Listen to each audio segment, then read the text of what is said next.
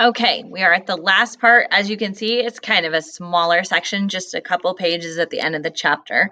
So this last little part, part 4, understanding budgeting. This is actually a really important part that relates to you guys once you become, independent and have to budget yourselves. And take care of that stuff.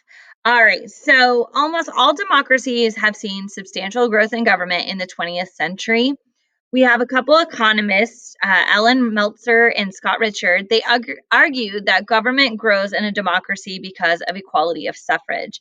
So, this is the idea that poorer voters will always use their votes to support public policies that redistribute benefits from rich to the poor.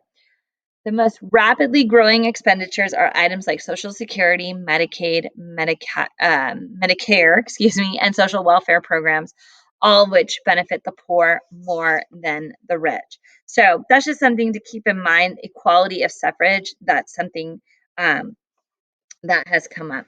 Now, the opposing this group of the poorer voters, the opposing group would be known as the elites. Okay, and elites, especially corporate elites, they tend to be opposed to big government. So, a couple of big corporations have asked for large bailouts. So, for example, the car industry in the after the recession, 2008, 2009, they got a big bailout because people were not buying cars. And they used this as a dual kind of way. It was kind of smart, I guess. A lot of older cars on the road. And so you could get a big tax write off if you traded in an older car and got a newer car. So sometimes it works out. Wells Fargo is another bank that got a big bailout. Some people get a little bit annoyed to see that kind of thing. I just realized, let me fix this. This is bothering me. All right, hold on. Let me fix the margin. Okay, the little things, you guys.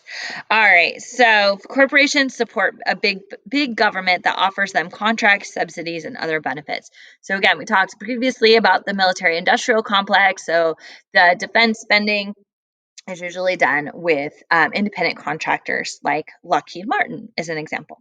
All right, poor and rich voters alike have voted for parties and politicians who promise them benefits. This seems, pretty clear cut. Policymakers spend money for things voters like and will remember on election day. Citizens are not the unwilling victims of big government and its big taxes. They are pretty much co conspirators, if you think about it. Government also grows by responding to groups and their demands. Some politicians will compete for votes by promising not to spend money. One that comes to mind is George H.W. Bush, the older Bush. He ran on a promise of no new taxes. Read my lips, no new taxes. And that's kind of killed him in the end. He was a one-term president, in part because they did have to raise taxes. But anyway, so some do promise to spend less money, and some promise to spend more money. Like we just saw that with Bernie Sanders running, right? He wanted to spend more money. Okay, Americans have chosen to tax less and spend less on public services than almost all other democracies with developed economies. So that's way back in chapter 1. It talks a little bit about that, but you don't need to look back at it. But if we compare to other Western nations, that's a big deal. Americans want to spend, but then they don't want to pay taxes. And then being a democracy, what the government does, the inevitable will be more spending than there is money to do so. So just to keep that in mind. Um, all right. And then the last little part there, the part I've had highlighted this whole time, budget and the scope of government. In many ways, the budget is the scope of government. The bigger the budget, the bigger the government. The budget can be a force for reining in the government as well as for expanding its role. One could accurately characterize policymaking in the American government since 1980 as the politics of scarcity, scarcity of the funds for programs like healthcare reform and education. America's large I can't talk anymore, you guys. America's large budget deficit is as much a constraint on government as it is evidence of a burgeoning public sector.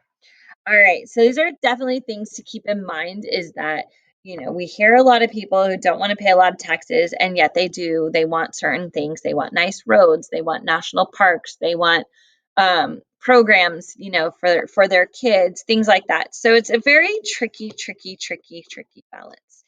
All right, I think that I'm gonna go ahead and stop there. I'm just looking through. I've got this little teacher book here. So I just want to double check. I think that is what I'm going to cover. Do read through the summary pages, those page 463, 464, and definitely read over those. And then also look at the vocabulary and please bring any questions you may have, and we will do our best to answer them. All right. Thanks, guys.